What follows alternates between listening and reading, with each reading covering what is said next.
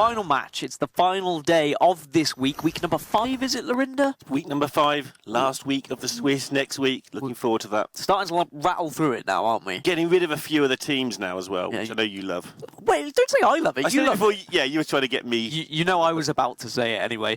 But yes, as I did allude to, it is just going to be the one match today. Let's take a look at the standings first, though, and see whereabouts all these teams lie currently. At the moment, Brazil 5-0, right at the top of the leaderboard, definitely through, along with all of these other teams that are 4-1. They will be in the last 16. You would hope. Well, I think they would be. These 4-1s are guaranteed. They should be in the top 16. Yeah, one team may miss out on 4-1. We've been doing the maths. It looks like somebody might miss out. It depends exactly on the draw. But basically, yes, if they're 4-1, their tiebreak should surely be good enough, you would agree. Next week's going to be insane because you get the winner of this match plus any one of Netherlands, Sweden, Portugal, Spain, Korea, USA, Norway, Belgium, Germany and Czech Republic, 2 or 3 others. They're all on 3 and 2, all playing win and ins next week. Week 6 is going to be lit. Imagine... No, please don't ever use the word lit ever again, Lorinda. I love it whenever I use a word. Are you just trying to use... not expecting. Hip words. It catches me off guard. You've used orcs. You've used lit. You could probably use something like banger or something like that. Who knows what's going to come out of your mouth, Lorinda? Who knows, indeed. You did see on the graphic as well, you saw a little sneak preview of what today's fixture is going to be. It's Japan versus Canada, and that will be what's coming up next. Let's take a look at both of those teams. You can see who is on each squad. Treads Red, Trazen Oyatu, I'm sorry I've said that awfully, and Posesi. And on the other side for Canada, Monsanto, Purple, Dokpone, and the Jaw Dude. This should be an incredible match, shouldn't it? It should be really good. There are 5 of these players going to be in playoffs over the next 2 or 3 weeks, as well as Oyatsu, who I also cannot pronounce. I'm really sorry. That was a better effort who missed out by 1 point. Oh, that's heartbreaking. 3 aside basically going to playoffs, except 1 isn't going to be there. That is heartbreaking to miss out so close. And there are so many players, actually, that work so hard, and they try their best, and they unfortunately just fall at that last hurdle. They're not able to get that last point. But the fact that there at least is some players from either team means that they can try and support each other going into playoffs this weekend. Yeah, very much so. There's Canada. That does look really nice. I refrain from saying beautiful because we say it every week. And talking of really nice, Japan also looks amazing. You were there recently. I was there recently. I went for the HGT tour stop in Japan. My first time actually over in Japan, and it is an absolutely incredible place. As good as everyone says? Yeah, very different to our culture. But certainly an experience that I'm glad I was able to experience. That's how that works tends to work, yeah. Without it, I mean, I'm a changed man now, Lorinda, because I have been on a Japanese toilet. And if you've been on a Japanese toilet, you know why you're a changed man. Let's have a look at the bans from either side and see what was taken away. 9 classes are brought, but you have to get rid of the good ones. Both warriors getting taken away straight away, which we assumed might happen, didn't we? Yeah, we did. Both teams bringing slightly more aggressive lineups than usual. And as you can see there, as soon as that warrior was banned, they both snaffled up their priest and their druid to try and counter the opposing aggro as much as they possibly could get away with. Snaffled up. That's another one I'll add to the weird Lorinda word list. I think that list is down to about 9 words now, which actually just seems quite small for you. Yeah, it's getting as bad as the words I shouldn't use list. Yeah, well, that's even bigger. But yeah, those are the bans. That's what's been taken off. With some aggressive decks being on either side, I am quite surprised that... I'm not surprised, sorry, that Warrior was taken away to begin with. But that does leave us, of course, with then the pick phase. And the pick phase is extremely important because you want to be getting your good matchups against your opponent's bad matchups. But sometimes it doesn't go that way, does it? Sometimes you just queue in and it goes badly, just like ladder for me. Just like ladder for you? Yeah. Having a bit of a tough time changing those decks? I just... You know when you fall into that downward spiral where you just change decks every single game? And then you just face you for 10 minutes. You face the counter every single time. And Don't change decks, man. It's the worst. It's just too tilting. It's the worst. Let's have a look at what those picks are going to be then. It's going to be Priest versus Paladin to start off with, and then we follow with Shaman and Druid, and thus, therefore. You can see it on your screens. You know what the pictures are by now, I'm sure. We do have some exciting ones coming up, potentially a Zoolock mirror, one of my favourite mirrors. But first, it's going to be the Paladin versus the Priest, and it is an odd Paladin for Japan, and it is the Control Priest for Canada. We've seen this matchup a few times already throughout the global games, haven't we, Lorinda? We have, and I'm not sure we've decided what is favoured yet. If I had to pick one, I'd say the Priest. But the Paladin can just not only get it done early, especially if there's no Dustbreaker, but it has that little bit of resilience that sometimes, a later level up can just about finish the job too. I think that's usually what we say is, if there isn't a Duskbreaker, maybe there's a chance for the Paladin. But even so, even without Duskbreaker, sometimes he gets to the point where a Psychic Scream can do the job. You really need to see the Paladin piloting it successfully, similar to how we saw Green Sheep play Paladin recently. Right. Save your buffs for the right time. Know when there could be a board clear from your opponent, or when you need to take the risk that there isn't one, there is one, etc., etc. And just know when you need to push the damage. Yeah, the deck isn't quite as one-dimensional as it first appeared. It's not like an IQ 9000 deck. But it seems to still be tougher than people give it credit for, I feel, to pilot successfully. Well, there's the first piece of the puzzle, Dustbreaker already in the hand for Monsanto. You do need a dragon to activate it, of course, but I would imagine that is going to be a keep in his mulligan. On the other side, Baku is going to be an instant throwaway. Vine Cleaver is something that's always been worth considering, but I imagine he'll throw it away as well. I think he'll throw it, but I would be interested to see if they do choose to keep this. It's so important late in the game to have that Vine Cleaver. They Psychic Scream, you play Vine Cleaver, hit them, and then suddenly you're just refueling your board straight away. So, and I think that's probably what they're spending their time on here. No further dragon drawn for Canada, but they've got 4 more draws before it actually matters anyway. So they should be fine. And of course, they've got the Pyromancer, so a spell or a dragon. Seems like most of their deck is full of spells and dragons. And that's why this Priest does fairly well against aggro, because it does have the Pyromancer ability as well. But you probably haven't seen much Priest on ladder as of late. It isn't really a laddering deck. The only reason we're seeing it in the global games is because you have to bring all 9 classes. Some of the better classes are getting banned away, and Priest is kind of just left there or thereabouts.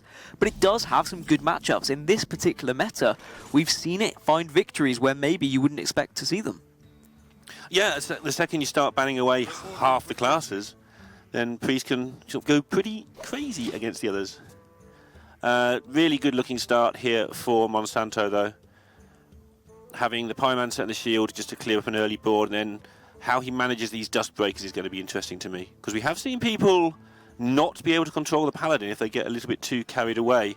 But they're going to need to clear up before turn 4, because coin into either that Fungomancer or that level up is a big deal, and everybody knows it by now. And on the side of Japan, on the side of Japan, they're certainly going to be wanting to try and get these Duskbreakers out if they are in the hand before they use level up. Level up wants to come a little bit later. Yeah. Or you can, I mean, one thing you can do with control decks, but you don't see it very often, is where you actually just make them use their level up and then blow everything up. And the reason that is a possibility is because after you've seen the removal, your level ups get like free reign to do what they want. But if you just make them use it, you're not so scared of the dudes anymore. But when you've got enough removal like Monsanto's going to have, I don't think we'll see that in this game. It is a fairly niche situation. So Japan, I mean, this is a game of cat and mouse, these early turns. Japan know their board is going to get blown up on going into turn 4, and so they don't want to commit any resources until the reload. And Canada know they know, and we know they know they know. They know that you know that we know that they know? Sure, let's go with that. We know. Pyromancer and Power Word Shield is a fantastic answer to this early board, but it's whether you want to be clearing it. Considering you have a board clear next turn, I mean, you obviously go for it. Yeah, it's just interesting. It's worth thinking about again, though, because now you're going to blow up your Pyromancer next turn. You know, or the turn you use it. So, always worthy of taking a moment, especially when you've got 2 previous World Championship players on your team to talk to. Might as well double check. Although Monsanto says he's going to be the 3rd one anyway. He said that to me in week 1. And he has since come 2nd in the tour stop in Buenos Aires recently. Let me think. It's not first though, is it? Not yet. He's on home turf next week in Montreal. So Is that next week? that's next week. Yes, We've got playoffs and then Montreal. Yeah, playoffs and so Montreal and APAC playoffs on the same day, so you get like 24/7 Hearthstone for 3 days. Sounds like heaven to me. Sounds like every day to me. Yeah, this is true. But yeah, actual proper Hearthstone rather than Lorinda level Hearthstone is somewhat more exciting to watch. Yeah, you don't give yourself enough credit, Lorinda. It's quite entertaining watching rank 25 players. Thanks, man. Well, this Fungalmancer does do a little bit of work here. Yeah, it's an awkward shape. They've done a good job of keeping this as a 3/4 Pyromancer, realising that whatever they do here is just a little bit tricky for the opponents. Corridor Creeper, obviously a big deal. Not right now, but as soon as it gets to 0 or 1 mana, it's going to have a big impact on the game. And this is often one of the mistakes that I make when I look at this matchup. I look at both of these board states, I look at both of these hands, and I say, there is no bloomin' way this Paladin is winning this game. Look at all these board clears, look at the way, look at all the removal. But then for Canada, they need to actually find a way to win the game. Yes, okay, they can keep removing these boards, but how are they going to be pushing their own damage if they're removing every board anyway? Shadowy Branduin needs to be found at some point. You need to find those Mind Blasts as well, or just some sticky minions that can stay on the board. Primordial Drakes, for example, are very good at doing that. Yeah, most control decks, apart from Warrior, when they do get control of the game, just go and beat you with their bits and pieces. But the bits and pieces in this are quite limited, like you're referring to there. But this is looking nice. That pickup of the Northshire Cleric should allow a lot of good turns, and maybe these Psychic Screams only get saved for emergencies now, because talking about winning the game, they're going to have some sort of board for a while now, are Canada. There was a little bit of hesitation about using that Duskbreaker, mainly because now the second Duskbreaker doesn't have an activation. It needs another dragon in hand. But I think it was too good to regain the board control here. Yeah, they've got the Holy Fire for killing off the Corridor Creeper, for instance, and 1 minion. And they may be able to draw a card with this Cleric next turn. That'd be very handy. In fact, all of this hand is just really good right now. It does need to develop, like you say. They do need to find actually a way to win. But no hurry. First things first, get the Paladin low on cards. And as you can see, Japan, something we've seen quite a lot this week, is running 1 Divine Favor, which could be a big deal. I mean, if we're talking about like tech cards, I don't know if Divine Favor is one, but I suppose it kind of can be considered one. Probably is, yeah. On the other side, for Canada, they have an Omega Medic in their Priest as well. So even if things had gone south fairly quickly in terms of their life total, they had the chance just to buff up their life total quite significantly later on in the game. And that's always nice to have as a little bit of a backup. Big planning turn here for Canada. They need to decide what they're doing with their Psychic Screams. What they decide about that makes the difference in what they do with their Giggling Inventor. Because they want to play that down on a clear board, or they want to play it down now. Cabal Shadow Priest looks quite nice. If you're worried about like level ups, etc., etc., you've got a nice stealing opportunity here. You can trade, and steal. But maybe Monsanto wants a little bit more value from his Cabal Shadow Priest. And they're just going to keep the 1/1s under control and let the normal minions do their thing. Level up is often used surprisingly late. You try and get four minions with it at once, so Lost in the Jungle Hero Power level up, for instance. Better with Vine Cleaver, because then 2 of your guys might even have the ability to attack the turn you buff them. This is one of those age-old matchups, though, where it's just frustration on the side of the aggressive deck. You sit there and you're like, oh, I just want to be punching you in the face. Why can't I? Just let me. Just let me at least attempt it. Even if I get you down to 5 HP and you heal up and you win the game. Cool, at least you've given me a go at it. But right now, they've not even been able to do that. There's just been blockades and board clears. It's just painful. You're a bit of an aggro man. I used to be, but now there's so much control around, it's so difficult to be an aggro man. Oh, poor dad. Smork has been taken away from him. It has. I mean, with the, I guess now with the rise of Quest Rogue, it does mean that it is given a path to aggro. Face Mage Dan. Face Mage is there, Zulok is there. They can just absolutely rattle through the Quest Rogues. But then Odd Warriors are gobbling those up, so it just becomes a horrible little triangle that Druid just shoves itself in the middle of as well, and it's just unpleasant to be a part of. Druid's great. That's the problem. It does everything. And it's so hard to, like, in terms of, like, tournaments, great. You know what you're playing against. Yep. Mulligan is easy. But on ladder, very different. Are you playing an Even Lock? Are you playing a Zulok? Are you playing a Token Druid? Are you playing a Malygos Druid? Are you playing a Togwoggle Druid? They all have the same cards for the first 6 Playing turns. against Warlock on ladder right now is absolutely horrendous. I saw Gabby earlier playing, like, Flame Imp on turn 1. It was actually some sort of demon control deck.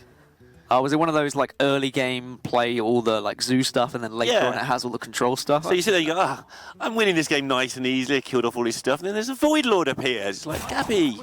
Gabby being one of the best ladder players in the world, regularly gets rank 1. Just don't do that to me. Slightly worrying if he was facing against you, though. That's true. That is very true. He must have had a bit of a slow start to the month. Someone who didn't have a slow start was in this particular game. Canada have kept up with the pace of Japan consistently throughout. And now Shadow Reaper Anduin has been found, so there is that win condition available. When do you Divine Favour? Because in a minute the Priest is going to be able to start playing its stuff. You can dump a little bit out of your hand now. Yeah. I feel like this turn Japan want to use their Fungomancer, but I don't think you Divine Favour for a huge amount in this game. Maybe you take 4 cards and get on with it. That's when it's off, and probably next turn they'll be eyeing up.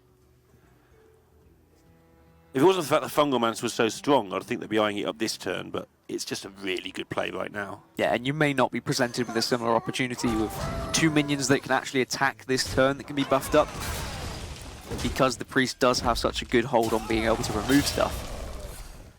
It's important, though, to see that they're not playing the Firefly here. There's no reason to just throw things away so you can Divine Favour for more things. You might as well have the things in the first place. Yeah. Your time will come. This is a tough decision. The Priest has got enough cards anyway. You've got Divine Favour. 5 to the face is a lot of damage, especially if Psychic Scream's coming next turn. Ooh. Easy from where we're sat, but I feel the 5 to the face there might have been quite tasty. But they're thinking, well, there's so much healing in the Priest deck that maybe it doesn't stick anyway. Yeah, I mean, clearing off the North Shore Cleric there just means that the 1/1s are going to be able to survive a little bit longer if there isn't a Psychic Scream. And then potentially that means you have a juicy level up available. Because it might have to be Psychic Scream from Monsanto, because the Duskbreaker doesn't have that second Dragon activator. Yeah, Pyromancer and Holy Fire on the Corridor Creeper is quite tempting right now too. I think avoiding playing Scream is definitely a consideration for Canada. You want to save it as like a panic button. If you have alternatives that can clear boards, then you go for it. Just going to say Anduin might actually be okay as well, because yeah, you take an absolute smack for 1 turn, but you still have that Scream backup. Maybe you can coax the level up out like I was talking about earlier. And just take 1 turn of beating and then just get control of the game from that point on. Oh, Purifier's Maul is nice. It means that if you aren't going to go for a level up turn here, if you are just trying to bring out a little bit of board removal, then potentially you can just bait it out just with some Divine Shield minions that will be like, well, I have to Psychic Scream this because it's just too scary. But I do like that Canada have almost gone on the aggressive here by playing Shadow Reaper Anduin. A lot of the times when you're playing the control deck against the aggro deck, you just feel like you have to stall the game out until eventually the win condition presents itself. But you can take the initiative. You can speed the process up by saying, right, we need to win this game at some point. Let's just start getting it done now. Tough turn, because obviously if you feel there's a Psychic Scream, and there should be at this point, the Priest hasn't done a whole lot. You don't want to use both the Maul and the level up. Maybe you use just the Maul, save the level up. Yeah, I like this. Coax out that Psychic Scream. Unfortunately for them, there's another one. And the Divine Favor gets extremely bad once you've shuffled, what, 5 different Silverhand recruits into your deck? See, that's the negative way of looking at it. I'd say it gets good because you don't want to just top deck a 1/1. At least you get some stuff out of the way. Yeah, okay. But I know what you mean. Yeah, your draws in general become pretty appalling at this point. More than a third of the deck is going to be this gubbins. Shadowy thoughts. Have they found a way where they don't have to use it? No, they haven't. Not enough spells, unfortunately. Yeah, in future they're going to have Pyromancer and Healing and Holy Fires later on. And they've still got the potential for another Duskbreaker should they draw a Dragon. And as you say now, the clock is also ticking. They've finally got a way of getting some damage to the opponents. Priest vs Paladin is one of those matchups that's you assume is going to be quite quick, because you're like, all right, it's just aggro paladin, it'll either get there or it won't. But it becomes a very slow and drawn-out process, because the priest just stalls. Yeah, the priest doesn't kill you, and the paladin has loads of ways. That button just reloads every turn, and it's super hard to deal with. You do have to know how much damage you can take safely. I think 30 is the answer, usually. But you know what I mean. What are your 30 favourite cards? You what, mate? I can't name 30 cards. Fries. And Japan go again.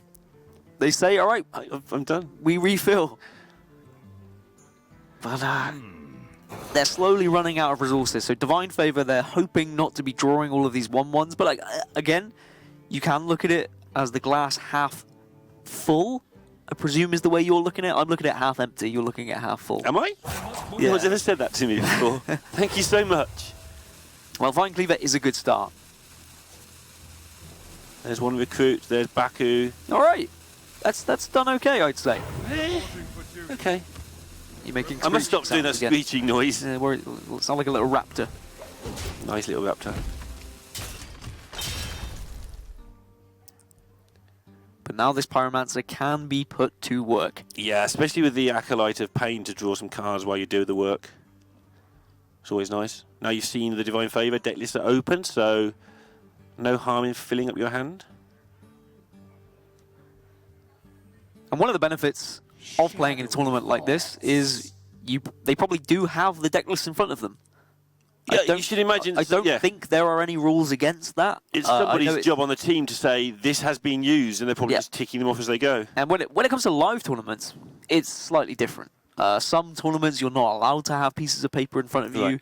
You're not allowed to have the deck list, so instead you're given like a blank piece of paper and you have to jot down just what you remember, like key cards, and that can get very difficult. That was something that Osaka was always really good at. He could just name his opponents 120. Like, we can all do like 110. Can we? Yeah. All right. But you forget the tricky tech decisions and stuff. I mean, it is amazing. I think we do underestimate just how incredibly smart some of the players are within this Hearthstone community. Because we only deal with casters. So, but yeah, some of the players are ridiculously good at this game. There's that Omega Medic that I was talking about. Which means if things do start to get badly, there's just that backup plan. It's all looking like Canada are cruising at this point. And any time that Japan blink now, they're just going to get Alex Straza in the face and bad things are going to happen to them. But they're a little way off from that still. Still a little bit of fight left in them. They've got this level up that they've been clutching onto for the entirety of the game. Some buffs with the raid leader, level up. There's a lot of implied burst. If they get 2 or 3 minions to stick on the board, a lot of damage could come through. Well, Alex Straza is somewhat tempting here. It's their only dragon, though, apart from the Dustbreaker, so I don't think they'll do it yet. No, again, it's whether you want to just say, can we just win next turn if we put Alex Straza on the board? And that's also a good point. Because if you do stall out this game, there is still the potential that somehow the old Paladin gets through. Because it does it very well. The old Paladin is one of these decks that even when you least expect it, it just finds that extra little bit of damage. These 1/1 tokens are so frustrating to play against. Yeah, Alex Straza, just 15, obviously. Next turn, there'd be 12 available. Darkness speaks to me. So there'd be like 3-turn lethal. But the amount of damage they're going to take should they allow a level up, it's pretty scary. Actually, I think you want to Alex Straza after you Dustbreaker anyway, because then you can hit them in for 3 in the face. Shadows grow short. First of all, they've got to deal with this Vine Cleaver. And to deal with that, really, you've got to have stuff on the board. This is what they're doing. Make sure they can trade into the 1/1s with the opposing 1/1s.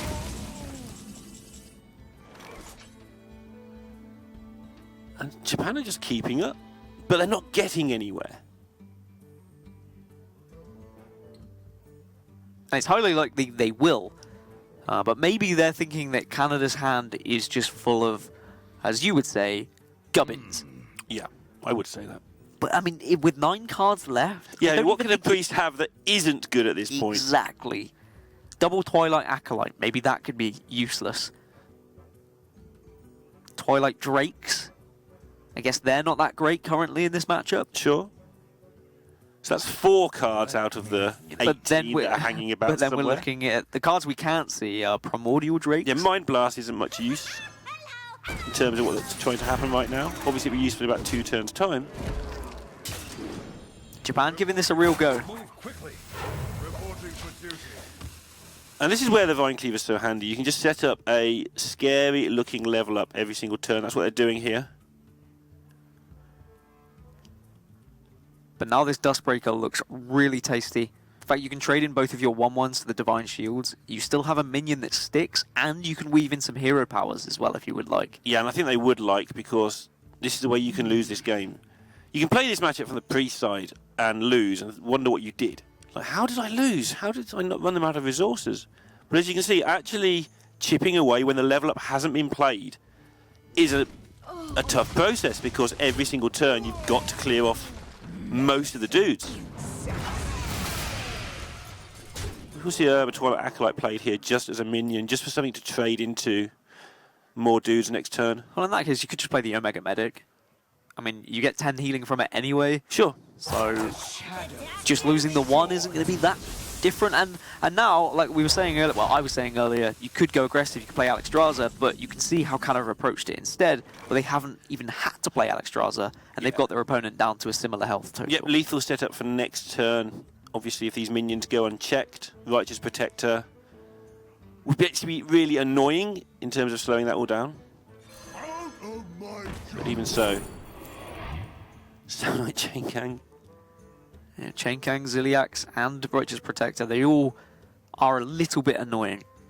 But I feel like it's kind of delaying the inevitable. See how important this second Psychic Scream being hung on to is, though?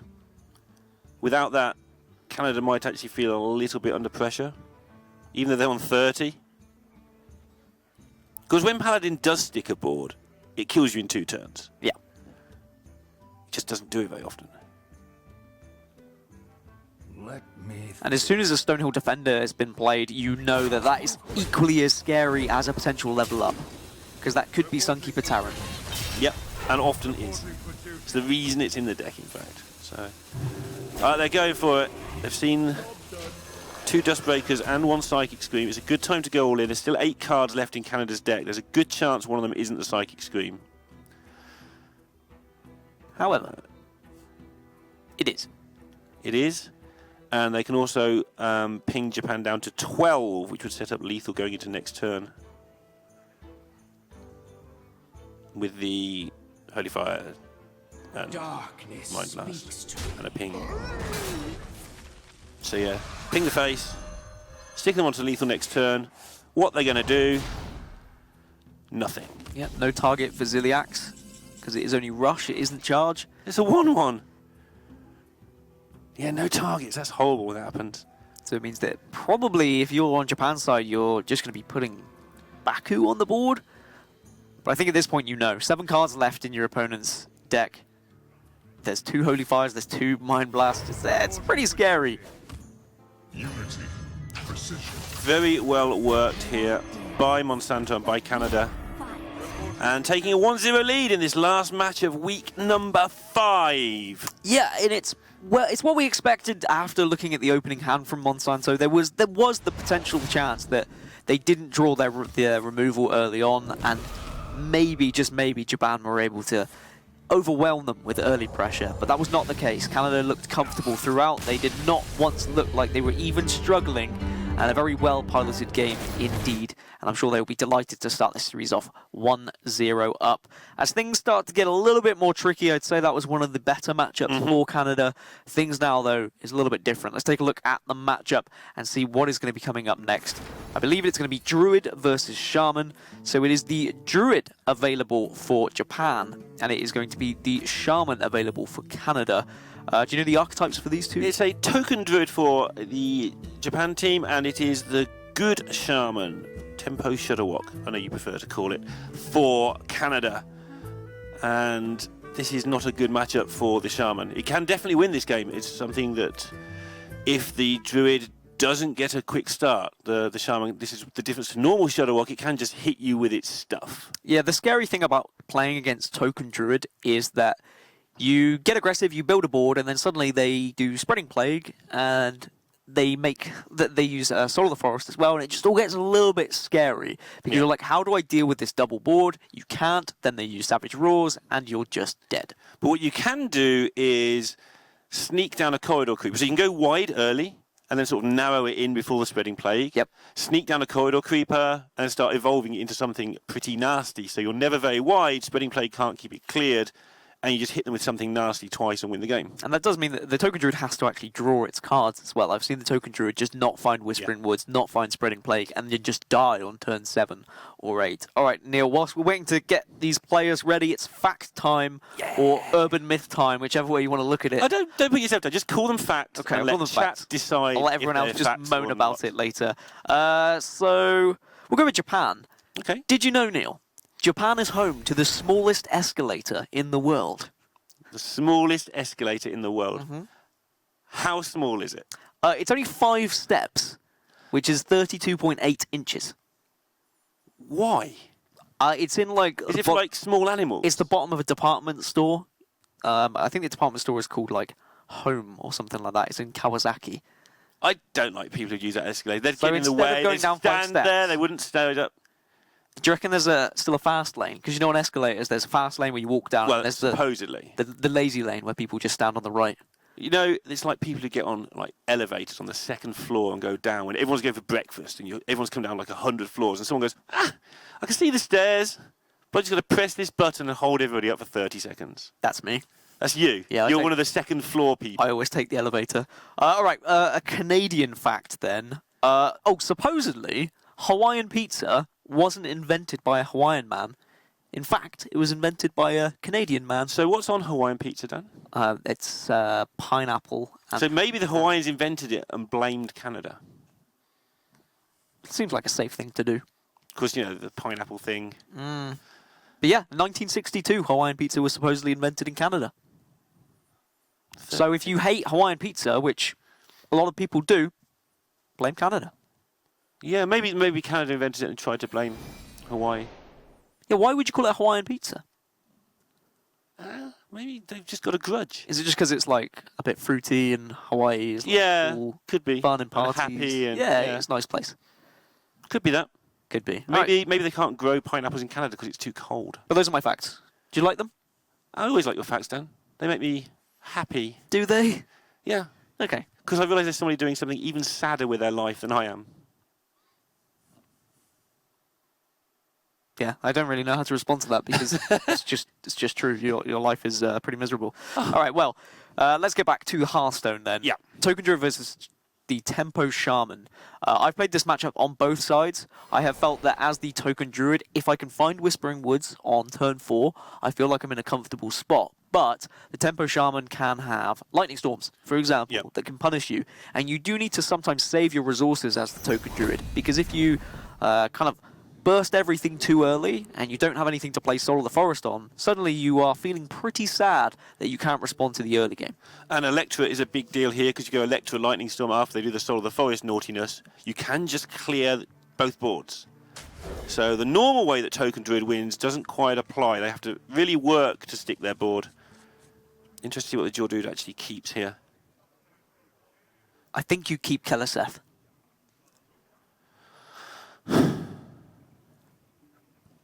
Next piece of wisdom.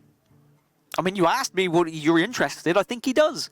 I think you keep Keleseth. I think you keep Lightning Storm. Okay. Maybe you keep Mind Control Tech. Right, this is actually. where I'm going with this. You're looking across the thing and every one of them looks good. This is why I'm wondering what he's going to keep because there's a lot going on. And I presume Possessy will just keep none of this.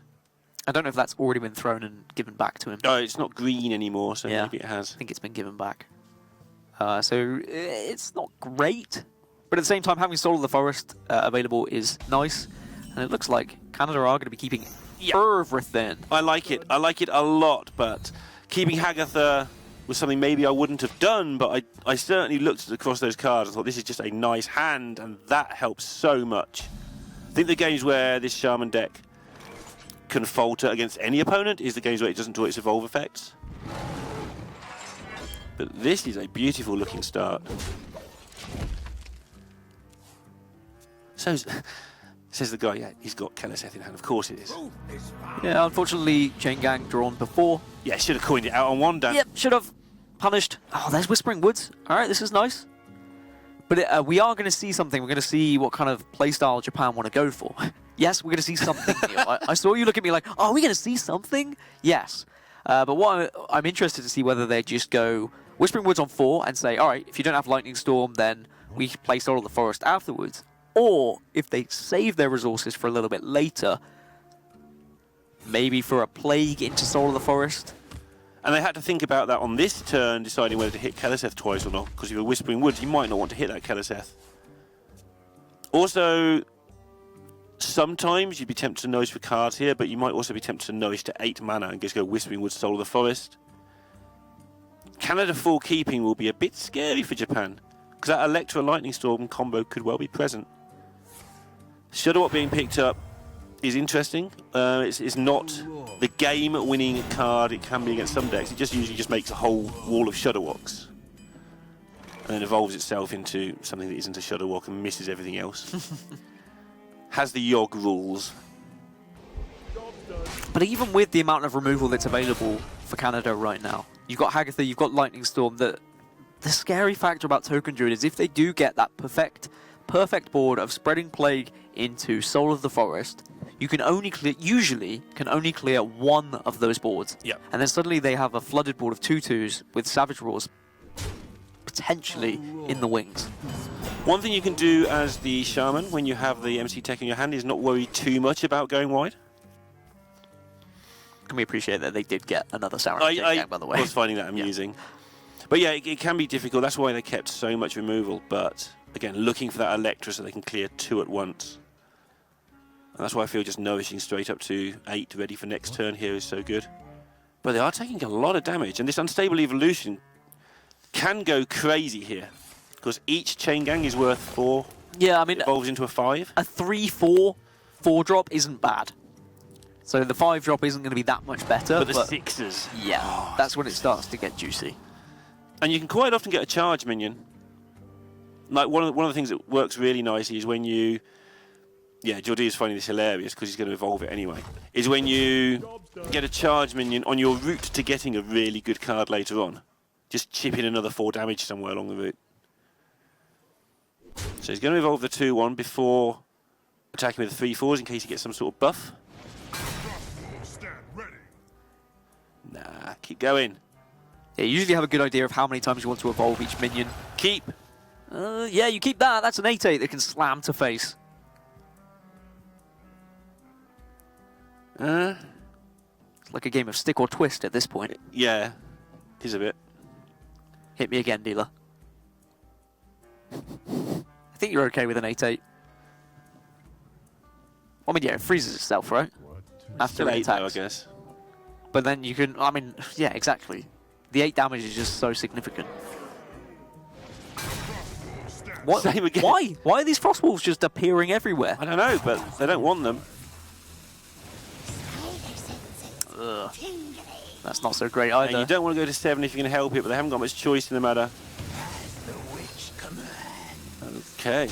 I mean, it sticks. It's something that sticks around and can trade off.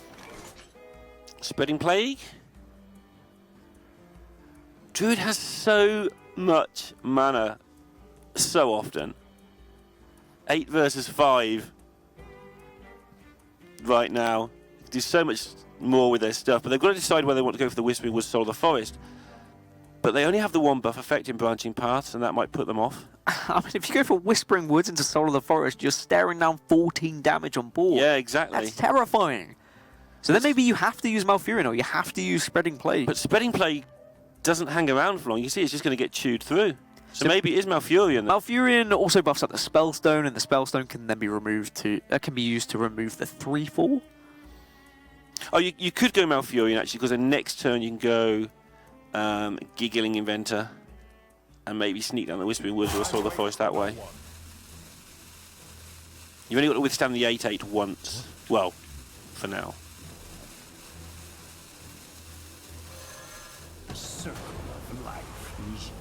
But I don't know about you, whenever you get this situation and you've got rid of one of their spreading plagues and nothing too bad's happened, it feels like a mini win. They've opted for spiders.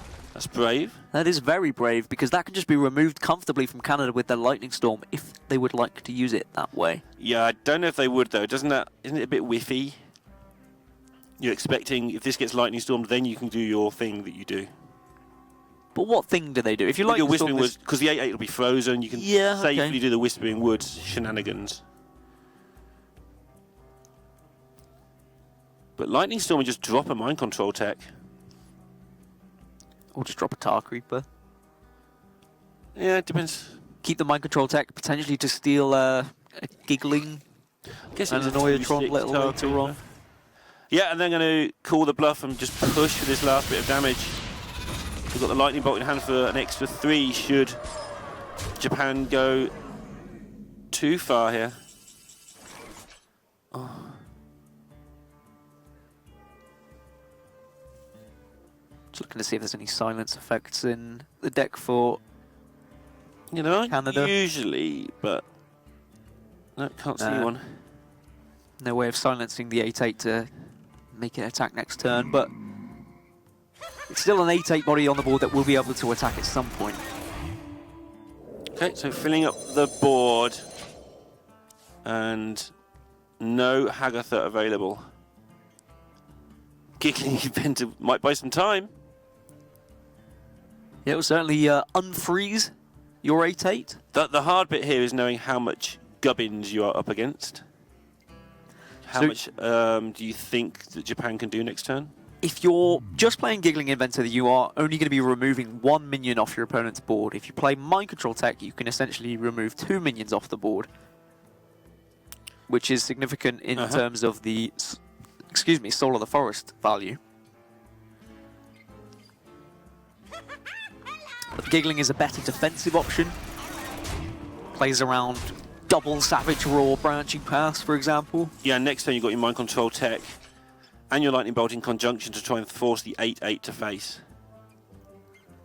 But now, this is the perfect opportunity for Japan. They can trade in all this gubbins, they can get rid of the Divine Shields, they can make sure they remove everything, and they can just go Spreading Plague into Soul of the Forest.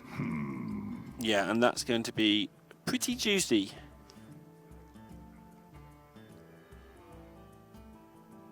And then it seems impossible for Canada to come back from that, to be fair.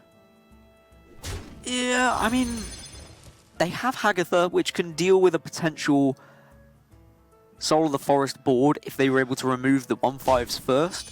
I think but it's the 1/5s that are the awkward part. Jordu knows what's coming here. He just readjusted his seat like, oh, it's that thing that happens, isn't it? Yeah, they're even going to cheekily take down a Annoyatron now as well. That's why you want Mass Dispel in your deck, really, but Shamans can't play that card.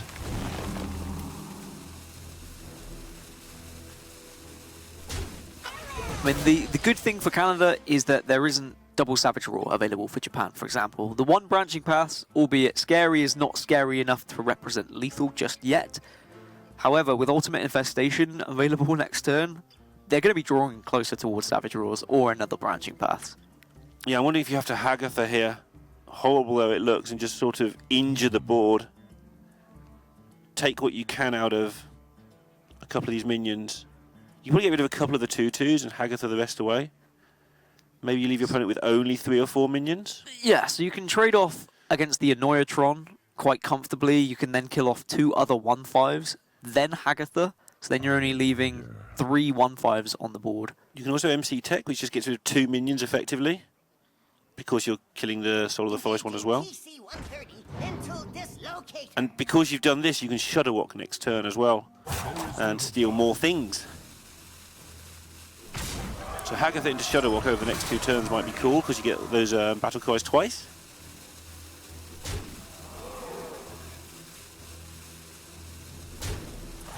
Keeping those taunts as alive as possible. And saving the Lightning Bolt. No lethal available, even with Power of the Wild. This is quite a significant buff to your board, but you are not quite there. And this is super bad news for Japan suddenly, even though it looked like they're in a great spot, because that low health total is going to be a nuisance to them. This Ultimate Infestation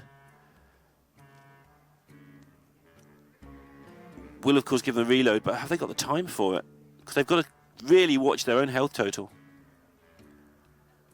And Hagatha is going to clear up a lot of stuff next turn. Remember, that was kept in the mulligan. Well, the Ultimate Infestation does at least give you that 5 armor as well, and you can clear a little bit of this board. And the board's not that scary. I mean, it looks scarier because that Tar Creep is currently a 4-2, but you've got to remember that isn't going to be a 4-2 next turn. The really scary thing, though, is you're not going to have a board yourself, and you're the deck that's supposed to be having the board for Japan. I think Tyrant helps.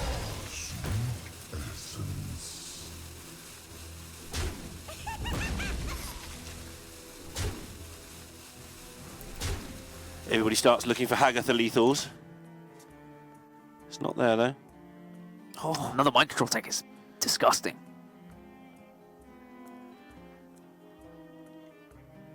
Hagatha, not that great here. Leaves up a 5-4 and a 4, a 5-5 and a 4-4.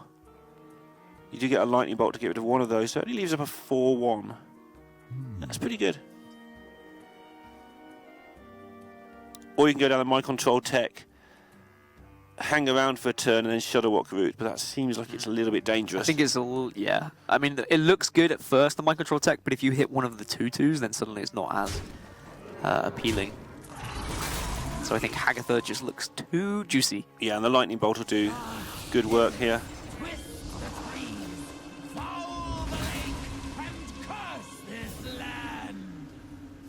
Yep, and they're not dying anytime soon, and the reload currently for Japan, it's all about, it's just not there. There isn't one. I guess I could open summons and then play some small spells, get a board that way. But they're looking like they might even die if they do that. We can see they won't. Yeah, Oaken Summons isn't a bad reload. I mean, you've got a lot of spells to follow it, and you have Power of the Wild as well to buff up that board. Yeah, the health total's done what druids do and got out of range as well. Yeah, actually, this is going to be a full board again. But Shudderwock will clear most of it because Hagatha will go off again. Yep. And no Soul of the Forest at the moment. And still no Soul of the Forest. There's not going to be one.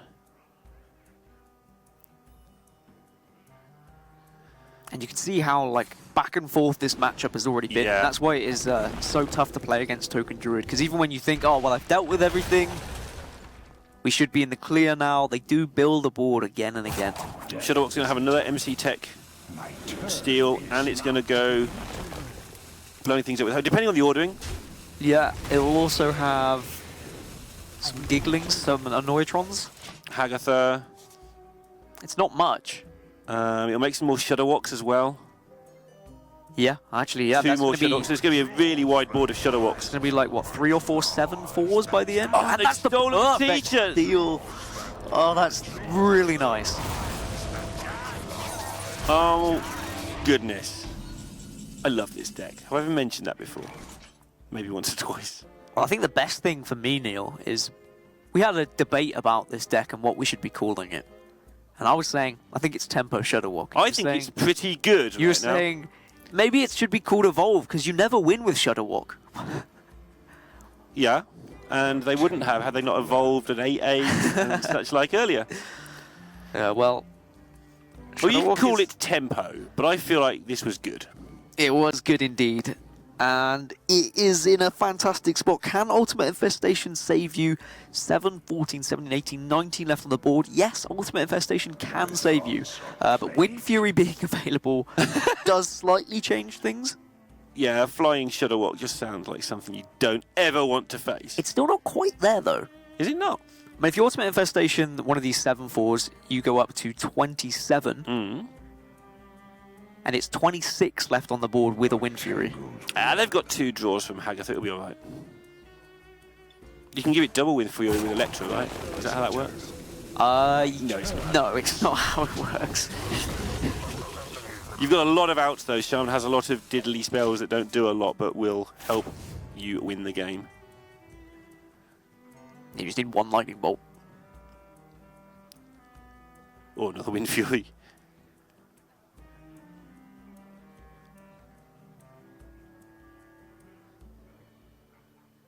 So you're just playing minions and you're hoping. Or you're just setting your opponent down to 1. I mean, setting a druid down to 1 isn't always the safest scenario. Yeah, I wonder if they're a bit scared of Spreading Plague number 2. Have we seen that? We have. Can they get... Will they put themselves out of the misery? Ice fishing. It's always ice fishing. Why? Because there's justice in this world, that's why. That's not justice. The day ice fishing rotates out, that would be a sad day for Hagatha. She likes punishing us with ice fishing. Yeah. So they're thinking about playing the Storm Surge rather than Mind Control Tech. Making space. I don't want a 1-1 on their board.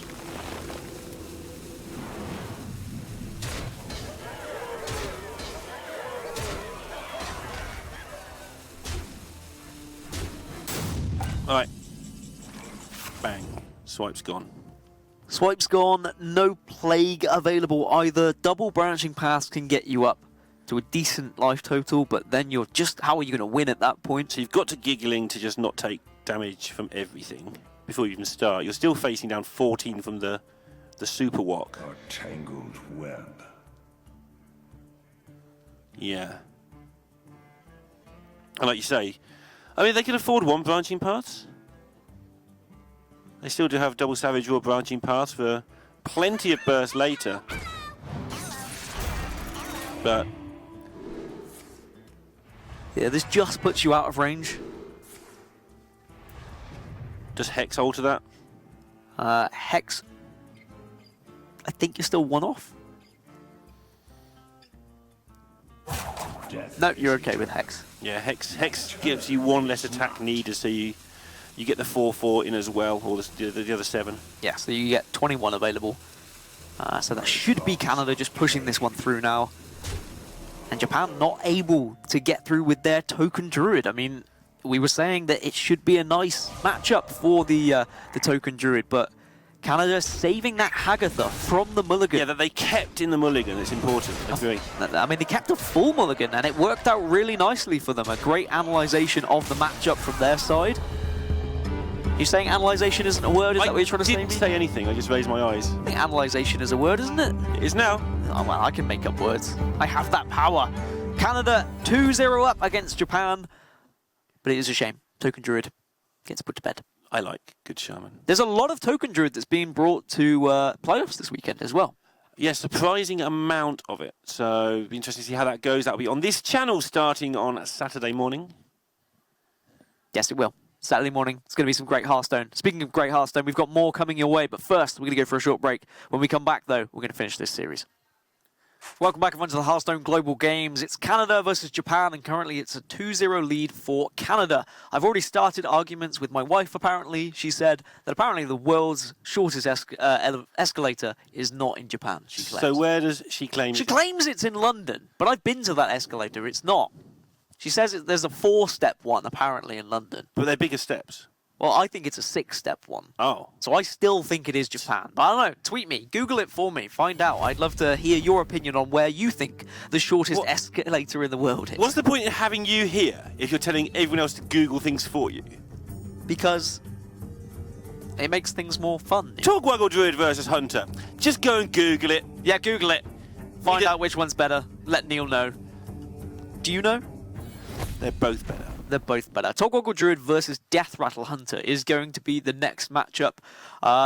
It should be a tough one for the Togwaggle Druid in theory. What the Togwaggle Druid does is usually stall out a game, obviously switch decks with the opponent, and then just fatigue them. So it doesn't like getting hit with loads of 5/5s then? It doesn't particularly. However, that's unfortunate. You can build up a little bit of a board with the Togwaggle Druid with just Arcane Tyrants, Giggling Inventor, and then suddenly you have Branching Paths, and you can just say, sure. Hey, deal with this, Mr. Death Rattle Hunter. And you do have those stall mechanics, and if the Hunter can like whiff that early game, which we see happen sometimes, then you do have the chance. Interesting that Canada got this 2-0 lead. They put their picks basically in the order they're playing the decks in. They switched on numbers 2 and 3. Like their first pick, they played first. Okay, second yeah. and third picks, they played third and second, but you pick them at the same time. So, and then they're playing their last 2 decks, like the 4th and 5th picks, 4th and 5th. So, if you pick your better decks for the matchup first, you'd expect to get this 2-0 lead, really. I mean, I know that's not quite how matchups work, but you know what I mean. yeah, I don't think we've ever tried to analyse a pick order, Lorindo. Well, credit we to you. should do. Credit to you for trying. Go Google it, Yeah, Gaskin. Google it, and you'll probably find a random number generator that these teams do just actually try and pick their orders. I think Canada just wanted to win quick. Happens so often in Conquest as well, where people do literally roll a die. I have seen it happen at tournaments where people will just roll a die and say, "That's my pick order." Yeah. Because sometimes, if you get too superstitious with Hearthstone, things get a little bit ugly, don't they? It's unlucky to be superstitious. I hate you sometimes. Only sometimes. We're improving, guys. We're improving. Joking, I love you, really. So, Purple doesn't have the best hand, but he does have the all-important Nourish. Could be quick enough. And Japan's hand is passable. Going to change a lot on this tracking, though. One way or the other. Yeah, if you can find like a Devil's Saw egg, then suddenly this hand goes from distinctly average to incredibly insane. And that is definitely far from ideal, because those cards are gone forever. This is not Discover, this is tracking. Those cards get thrown away, and you have to play the whole game without either a Katharina or a King Crush. I kind of like King Crush in that case. Giggling is also awfully tempting, but perhaps too slow. Katharina it is. I mean, Katharina... King Crush there, it does these those weird wins with cubes sometimes. Well, sometimes you just punch your opponent in the face for 8 right at the end of the game. They certainly can. As Purple chuckles to himself as he finds Wild Growth on 2. That's what makes good players, it would seem. Yeah. What, chuckling or Wild Growth? Wild Growth on 2. Because Purple is a good player, and he was chuckling. But he will be extremely happy when he sees that there is not any sort of egg in his current proximity. You wouldn't have been chuckling so much if an egg had appeared there. No. And this is that sort of hand you were talking about that hunters sometimes get, that is just a hodgepodge of things. You can't really sort of stitch it together very well. And I have seen games won on the Togwoggle Druid side, where sometimes they'll just play Azalina before Togwoggle, like not even thinking about the fatigue game, and just stealing the hand of the Death Rattle Hunter and just getting eggs played heads in it and all sorts of shenanigans and winning that way. Well, they want to steal this shenanigans, there's not much to steal. No, that's true, but they also don't have Azalina, so they don't have to worry about it just yet. Always nice to get that twig going pretty quickly. Purple's quite animated here. Sometimes he just seems to be super chilled, but today he seems to be pretty angry, in fact. I'll go as far as to say. I mean, I spent a lot of time with Purple in China last year. Was it last year? Yeah, last December. Last December. I have to say, I didn't really know what to expect when first meeting him, and he is such a kind fellow. And he is super nice, actually. From the outside, when you first see him playing Hearthstone back in the day, you thought he was quite quiet, probably might not be that talkative, but I mean, this looks more like the Purple that I'm used to seeing. Animated, a little bit like edgy, and like you never really know what he's going to say next. Very funny guy. Yeah. And he does enjoy this game a lot. I mean, obviously, all these players enjoy it. They wouldn't play it 16 hours a day, but Purple enjoys all the weird things that can happen in the game and spots them incredibly quickly. Hunter's marking an Arcane Tyrant. I mean, that's recognizing the lack of minions. And I mean, they haven't got much else to do either. There's a card you're talking about. Yeah, but I don't think you're forced to do it. Not when you've got Malfurion. Yeah, you're definitely your hand currently is fine. You're playing Malfurion first.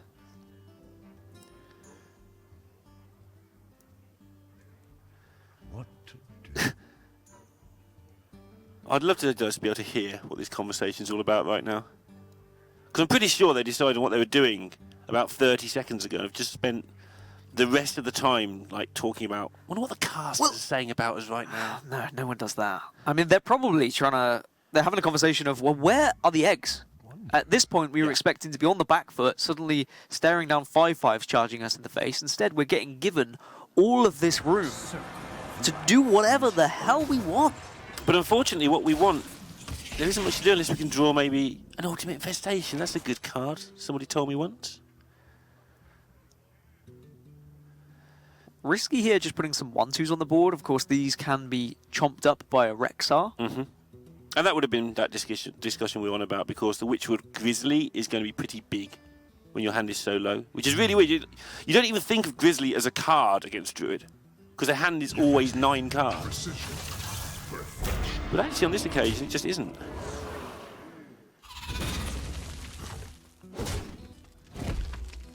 They're not getting that. Oh!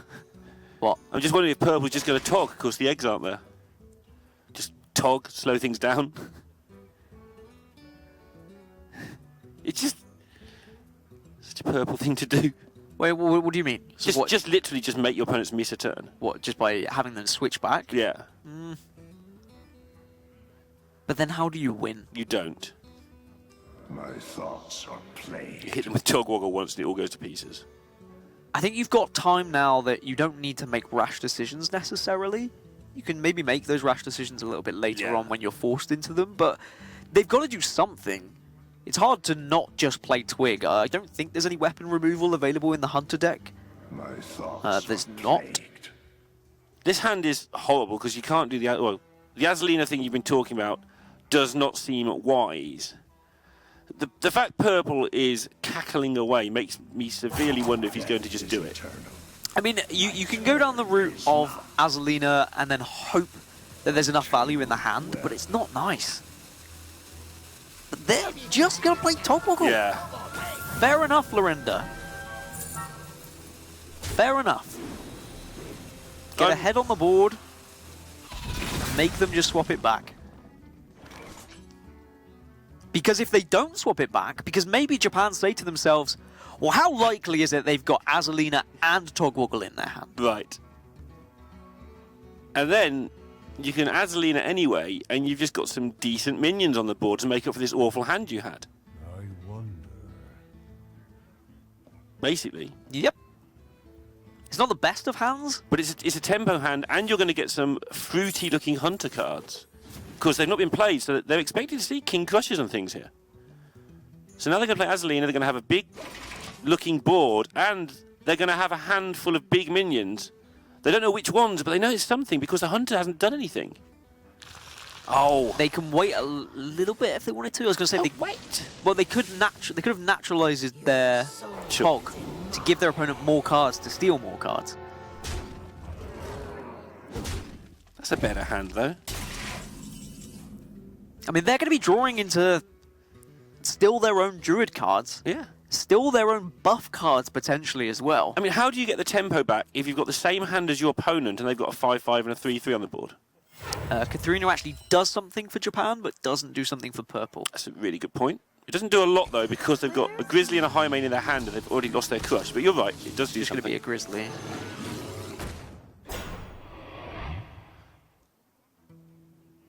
But Purple knows that Rexar wasn't in the hand 2 turns ago. You can go pretty wild with your Death Rattle on this High Main if you want. You can go wide. It's a shame that they don't have Branching Paths in hand, because then that would just allow them to go as wide as they would like. Perfect information is something that Purple is incredibly good with as well. He was talking to Darrock about board games and stuff one time, and basically, whenever he knows, there's one of the games where you sort of get mystery cards and things. He just knows where they all are. He just knows where all the cards are all the times in the game. I mean, it is very risky business playing board games against Hearthstone players, I feel. I think it is pretty terrifying. I'd say, in general, they are above average in terms of intelligence in the population. Yeah, I would go for sure. For the majority, anyway. There's a few who, you know... Anyone you want to... you know, might be on this desk.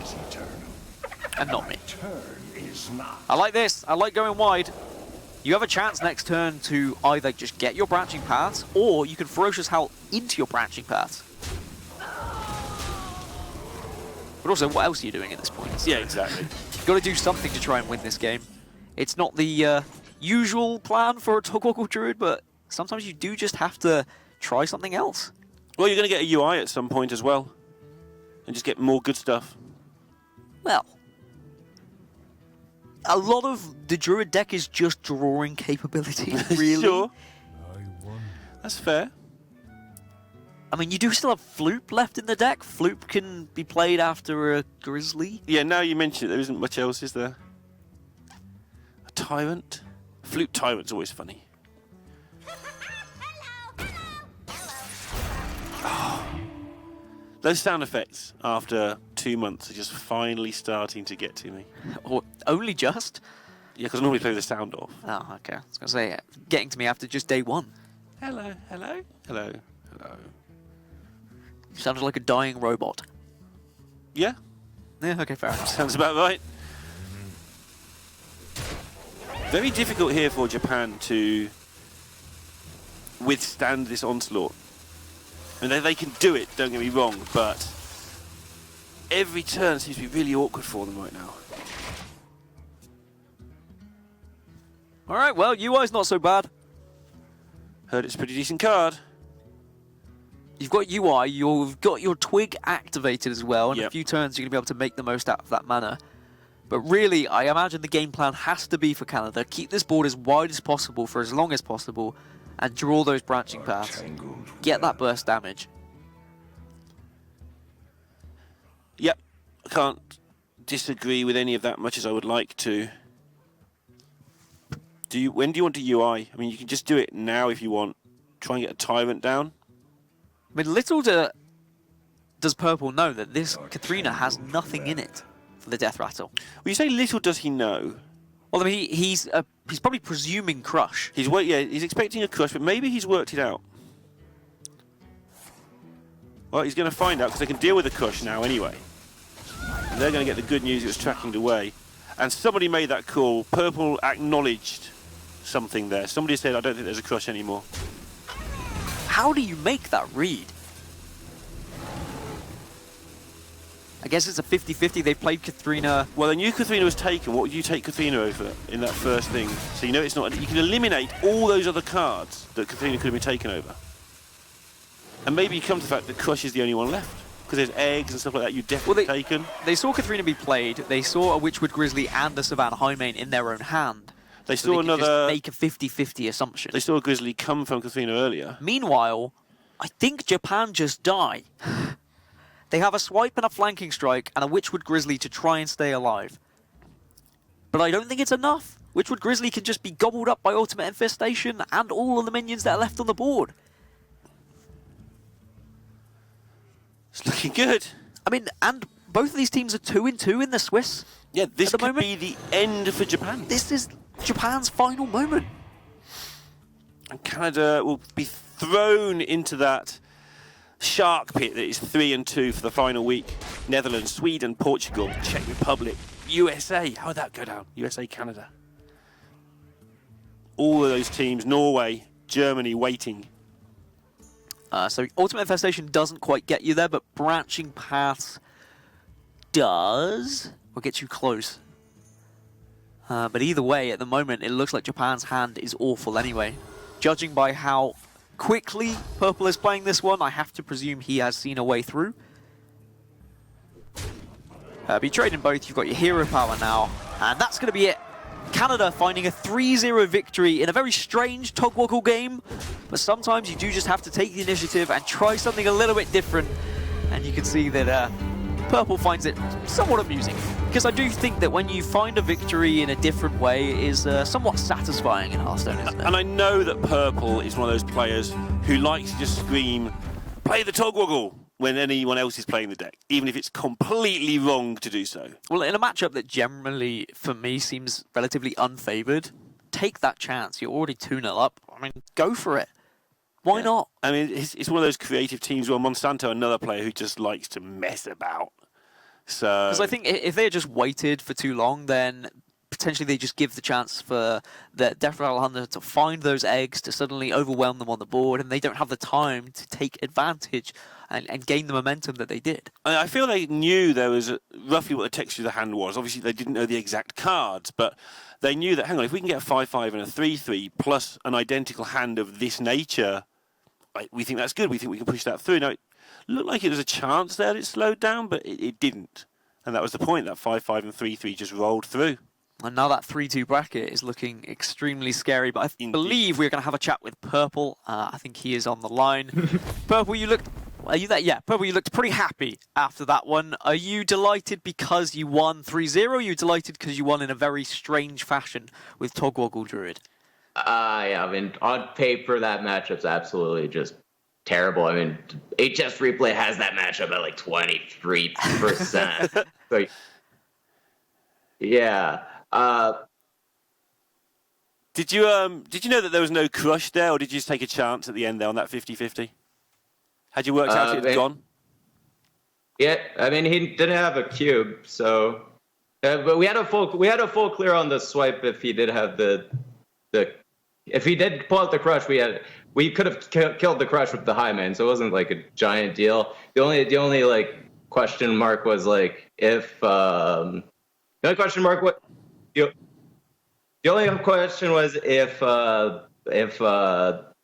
the thingy hit the high main and then we couldn't kill the crush. But even then, we knew they didn't have a cube and it was unlikely to have a cube. But had they drawn cube and they got the crush, they would have had a chance for lethal there. And whose call was it to play the Togwoggle in that situation? Was that your call? No, I wanted to do anything but play the Togwoggle, but it was absolutely like the only play. Yeah, it got to that point where you was like, well, we've got to do something here. All right, well, you are now at 3-2 in the Swiss. Any teams that you want to avoid going into the final week of Phase 1, or is there any teams you want to play, for example? Not exactly quite sure who's still in the tournament or whatever. But, I mean, you could face the United States, for example. That would be okay. I'm okay playing with the US. I haven't really looked at the standing space for HED, just kind of doing the end of season grind, and that's been my entire focus rather than like thinking about that. So I can't quite tell you right now who I want to play, but I know I want to win. So yeah, well, it's a tough bracket in 3-2. So after your grind is over tomorrow, get yourself looking at those teams because it's going to be a tough one, pretty much whoever you get. Yeah, sometimes you just got to focus on yourself. I appreciate that. Anyway, congratulations again, Purple, and best of luck next week in your last potential game. Take care. Thank you so much. Thank you, dude. Well, it wasn't Purple who made the call then for the Togwoggle. He was very much against it. Yeah, it's like, I don't want to do this, but we've got to do it. So, but you can understand with the King Crush play as well. They were like, well, even if King Crush does come out here, we still have the ability to remove it. But it was a 3-0 victory for Canada. Let's take a look at the matchup once again, just in case you did miss everything. You can see how Canada were able to secure their victory. They got 3 on the bounce with Priest, Shaman, and Druid. Especially that last game was an extremely unfavourable one, as you even heard from Purple himself. And I think my pick order, I guess, might have been correct. Maybe. Take our 3 decks, get on with our laddering, and go home. Oh yeah, the end of the season, it does get difficult. You do have to focus on trying to get one of those high-end finishes so you can then be playing in playoffs and whatnot next time the playoffs come round and all of that jazz. Let's take a look at some of the highlights from that series. This was relatively long match, even though it was the aggro paladin against the control priest. I think they had it locked in from very early, but had to be extremely careful because of how Japan played it, which was just look for one mistake, one opening to stick a board. And I think this Anduin play was the key play. Just make sure that we can keep ticking away at that health total to speed Japan up a bit. Yeah, and if you're hoping for anyone to make a mistake, probably not going to be Canada. It seemed like they're a very well-rounded team. They seem to know who does what, and they have a good sense of communication between them. But then this was quite a fancy matchup as well. The good Shaman taking down Token Druid. Eventually it was the Shudderwock just being that final nail in the coffin to put them 2-0 up. It was indeed. The Haggath that they kept in their opening hand, a call that not everybody would make, I think, but recognising just how important it is when your opponent's making board after board, and figured they were going to get there. So they kept it, and it did the job, and like you say, the Shudderwock finishing it nicely. And then we don't get to see the actual highlight from this game. It was Togwoggle being played, Azalina being played extremely early, as well as Togwoggle, just to try and do something with this deck. Because it is so unfavored, they just wanted to give themselves any sort of chance, and they found that 20% or whatever it was. Purple thought that the matchup was favored in the way of the Death Rattle Hunter, and they were able to find just that final little bit of damage with the opponent's minions. A nice way to round out a victory in this series. Yeah, pretty impressive stuff from Canada. Go to that 3-2 bracket. And there's going to be so many win and ins next week. It is going to be an extremely exciting week number 6. And I am going to set you a task, Lorinda. Oh no, don't do that. It's like homework, all right? It's this was the last match of the week. You saw my homework last week. I know it Took me so long. you a while, but I would like you to find out how many of those are actually winning ins, and if we might see someone miss out even at 4 wins. That's your homework, all We right? need to see as soon as we see the brackets, I'll bring that in, try and get it to you for Monday.